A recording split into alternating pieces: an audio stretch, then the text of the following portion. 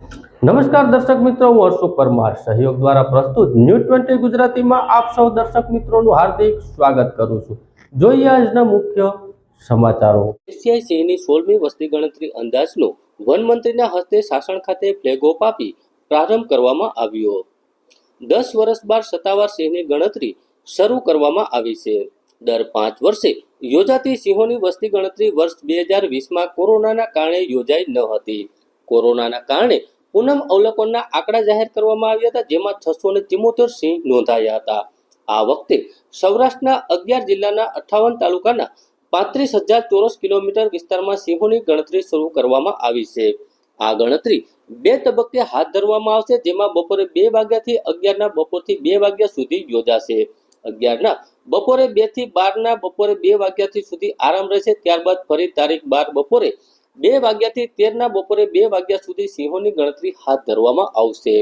આ ગણતરી વન વિભાગના ગાર્ડ, ફોરેસ્ટ, આરએફઓ, સ્વયંસેવકો, એનજીઓ સહિતના કુલ 3000 લોકો જોડાયા છે।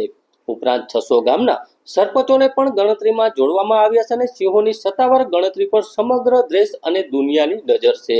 શરૂ થયેલી ગણતરીમાં કુલ 8 રિજિયન, 32 ઝોન, 735 ગણતરી એકમો નક્કી કરવામાં આવ્યા છે।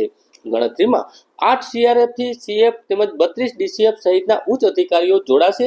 સિંહોના સ્પષ્ટ ફોટોગ્રાફી આવી શકે તે માટે 112 જેટલા હાઈ રેઝોલ્યુશન કેમેરાઓ પણ આપવામાં આવ્યા છે। 11 જિલ્લામાં સૌરાષ્ટ્રમાં મોટા ભાગના વિસ્તારોનો સમાવેશ કરવામાં આવ્યો છે, જેમાં જૂનાગઢ, ગીર સોમનાથ, અમરેલી, ભાવનગર, બોટાદ, રાજકોટ, જામનગર, પોરબંદર, સુરેન્દ્રનગર સહિતના જિલ્લાઓના 58 તાલુકાનો સમાવેશ કરવામાં આવ્યો છે। સિંહોની વસ્તી ગણતરીથી કયા વિસ્તારમાં કેટલા સિંહો કાયમી વસવાટ કરે છે, કેટલી અવરજવર છે, તેના પરથી આવનારા ભવિષ્યનું પ્લાનિંગ નક્કી કરવામાં આવશે। સિંહો માટે કયા વિસ્તારમાં શું વ્યવસ્થા કરવી ખૂટે છે, તે આંકડા પરથી ખૂબ જ મહત્વનું બની રહેશે। સિંહ ગણતરીના આંકડા પરથી સ્પષ્ટ સાબિત થાય છે કે જંગલ કરતાં બહારના વિસ્તારમાં સિંહોની સંખ્યા વધુ છે। તેને બૃહદ ગીર તરીકે ઓળખવામાં આવે છે અને બૃહદ ગીર જાળવણી કરવી તે પણ ખૂબ જ જરૂરી છે। સરકાર સિંહ માટે કુદરતી જંગલ હવે આપી શકે તેવી સ્થિતિ નથી, જેના કારણે બહારના વિસ્તારો બચાવવા ખૂબ જ જરૂરી બની ગયા છે। આજે અહીં સાસણથી 16મી સિંહ વસ્તી અંદાજ ગણતરીની શુભ શરૂઆત કરવામાં આવી છે। આજે બપોરના 2 વાગ્યાથી આવતીકાલના બપોરના 2 વાગ્યા સુધી પ્રાથમિક જે ગણતરી છે એ થવાની છે। એના પછી 12 તારીખે બપોરના 2 થી 13 તારીખે બપોરના 2 વાગ્યા સુધી આખરી સિંહની વસ્તીનો અંદાજની ગણતરી થવાની છે। આ 16મી સિંહ વસ્તી અંદાજ છે। 10 થી લઈ આજથી 13 તારીખ સુધી આ વસ્તી ગણતરીને હાથ ધરવામાં આવશે। 2020ની જે છેલ્લી આપણા એશિયાઈ સિંહોની વસ્તીનો અંદાજ 674 જેટલો હતો। કુલ 35,000 ચોરસ કિલોમીટર વિસ્તારમાં આ ગણતરી કરવામાં આવશે। ટોટલ 11 જિલ્લા અને 58 જેટલા તાલુકાઓમાં વિસ્તારને આવરી લેવામાં આવ્યો છે।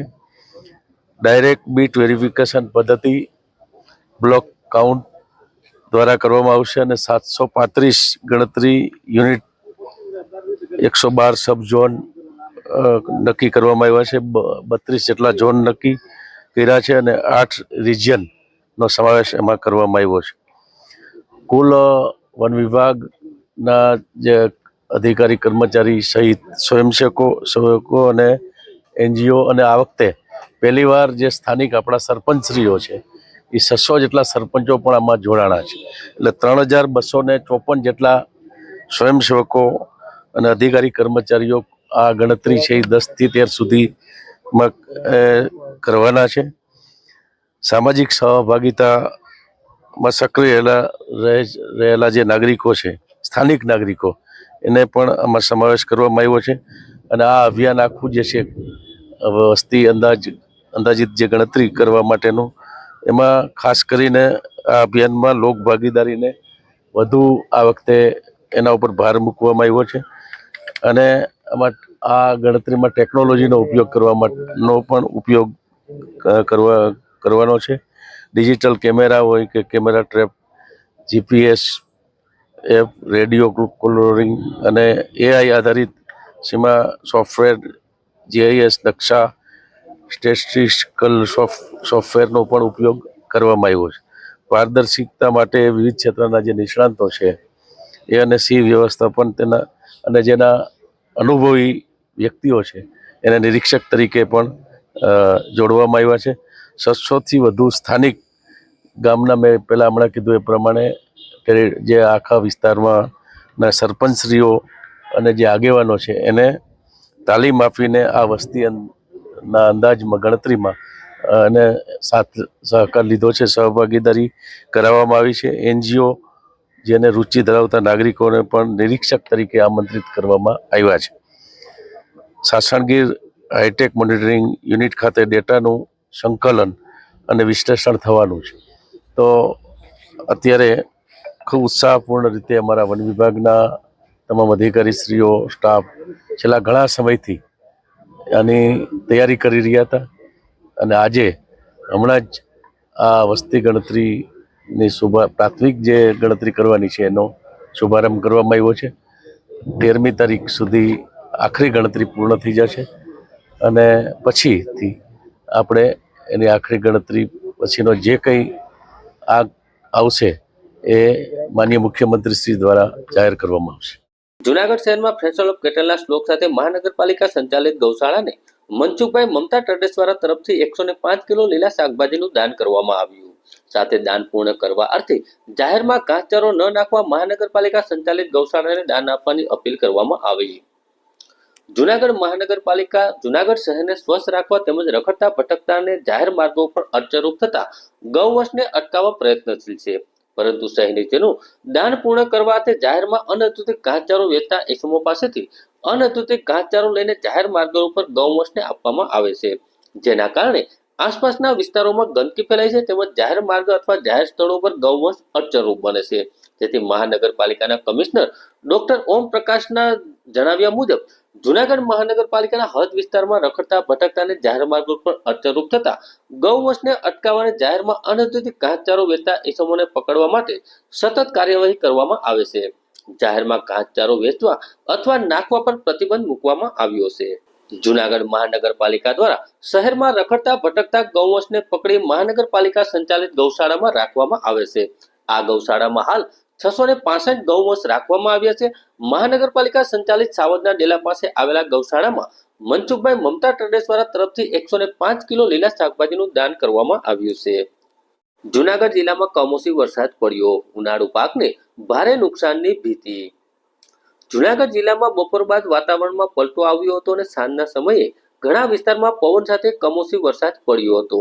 ખાસ કરીને માળિયા હાટીના તાલુકામાં સાંજના 6 વાગ્યા બાદ વરસાદ નોંધાયો હતો. જુનાગઢ શહેરના આઝાદ ચોક, વણચારી ચોક, તીતાખાના ચોક, દીવાન ચોક, કાળવા ચોક, ગાંધીગ્રામ બસ સ્ટેન્ડ અને કેશોદ રોડ જેવા વિસ્તારોમાં વરસાદ પડ્યો હતો. માળિયા તાલુકામાં પણ બપોરથી જ વાદળછાયું વાતાવરણ છવાયું હતું. કમોસમી વરસાદના કારણે તલ, મગ, અડદ જેવા ઉનાળુ પાકને નુકસાન થવાની શક્યતા છે, જે ખેડૂત માટે ચિંતાનો વિષય છે અને હજુ વરસાદની અસરથી પૂરું મૂલ્યાંકન કરવામાં આવ્યું હોવાથી ખેડૂતોની પાસે સલાહ આપવામાં આવે છે કે તેઓ પાકના રક્ષણ માટે તાત્કાલિક પગલાં લે.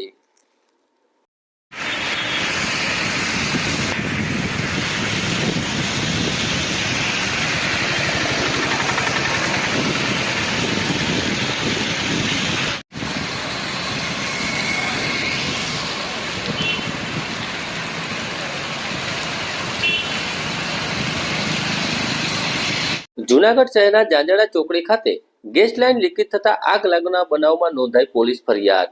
ખાણીપીણીના દુકાનના વેપારી શૈલેષ સોલંકી દ્વારા પોલીસ ફરિયાદ નોંધવામાં આવી છે. જેસીબીના ચાલક રાજેશ યાદવ વિરુદ્ધ નોંધાઈ પોલીસ ફરિયાદ. વાત કરવામાં આવે તો જુનાગઢના જાંજડા ચોકડી પાસે ગેસ લાઇન લીકેજ થવાના કારણે ગયેલી આગમાં 3 વ્યક્તિઓના દુઃખદ મોત થયા હતા.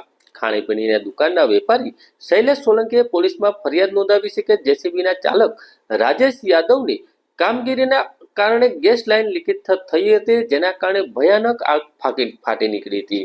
આ ઘટનામાં શૈલેષ સોલંકીની માતા રૂપા સોલંકી અને પુત્રી ભક્તિ સોલંકીનું મૃત્યુ થયું હતું, જ્યારે હિરેન રાબડિયા નામના એક વ્યક્તિને પણ જીવ ગુમાવવાનો વારો આવ્યો હતો અને ઘટનાની ગંભીરતા જોતા જેસીબીના ડ્રાઈવર રાજેશ યાદવને તાત્કાલિક ધોરણે ધરપકડ કરવામાં આવી છે.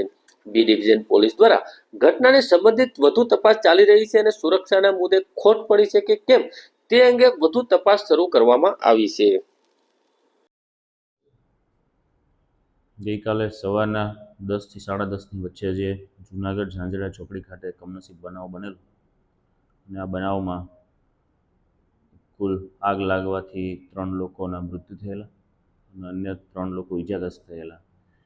આ અંતર્ગત જે બર્નિંગ જે થયેલું શૈલેષભાઈ ગાંગાભાઈ સોલંકી, તેમને ત્યાં ઝાંઝરા ચોકડી ખાતે નાસ્તાની દુકાન હોય, તેમના પત્ની અને 4 વર્ષની દીકરી બંને હાજર હોય તેવા સમયે જેસીબીનો ચાલક પોતે ત્યાં રિપેરિંગ કરતો હોય અને આ ખોદકામ દરમિયાન નીચે ટોરન્ટની ગેસ લાઇન નીકળતી હોય અને તેમાંથી જેસીબીનું બકેટ વાગતા ગેસ લીકેજ થયેલો અને આગ લાગવાથી શૈલેષભાઈના પત્ની રૂપાબેન, તેમની દીકરી ભક્તિબેન, આ ઉપરાંત અન્ય એક હરેશભાઈ રાવડિયા, આ 3 લોકોના બર્નિંગ થવાથી આગથી દાઝી જવાથી મૃત્યુ થયેલ. આ સિવાયના અન્ય 3 નાથાભાઈ ઉપરાંત દિનેશભાઈ કારંગિયા, આ 3 લોકો છે હાલ સારવાર હેઠળ છે. બી ડિવિઝન પોલીસ સ્ટેશનમાં શૈલેષભાઈની છે શાહઅપરાધ મનુષ્યવધ અને શાહઅપરાધ મનુષ્યવધના પ્રયત્ન એટલે કે ભારતીય ન્યાય સંહિતાની કલમ 105 તથા 110 મુજબ ગુનો દાખલ કરવામાં આવેલો છે. જેસીબીનો ચાલક રાજેશ યાદવની ધરપકડ કરવામાં આવેલી છે. આ ગુનામાં એફએસએલને સાથે રાખી વિગતવારની તપાસ હાલ બી ડિવિઝન પીઆઈ કરી રહેલા છે. સર, આ જેસીબી છે એ મહાનગરપાલિકાનું હતું, તો નિયમ મુજબ વોર્ડ ઇજનેર ક્યાં હોવા જોઈએ, પછી જે સેફ્ટીના સાધનો હોવા જોઈએ, આ કાંઈ હતું નહીં. આ બાબતે કોઈ માહિતી નથી. આ દિશામાં પણ ઊંડાણપૂર્વકની તપાસ શરૂ છે. પેરેલલ ડીએમ સાહેબ દ્વારા પણ એસડીએમ લેવલની તપાસ સોંપવામાં આવેલી છે. ટોરેન્ટ ગેસ જે પાઇપલાઇન નાખેલી છે ગેસની, ત્યાં સાઇન માર્ક હતા કે કેમ, પહેલાં ખોદકામ કરતાં પહેલાં સંબંધિત એજન્સીઓની એનઓસી લીધેલી હતી કે કેમ, આ ઉપરાંત અલ્ટિમેટલી કોની નેગ્લિજન્સીને લીધે ગંભીર બનાવ બનેલો છે તે દિશામાં પણ ઊંડાણપૂર્વક તપાસ કરવામાં આવશે.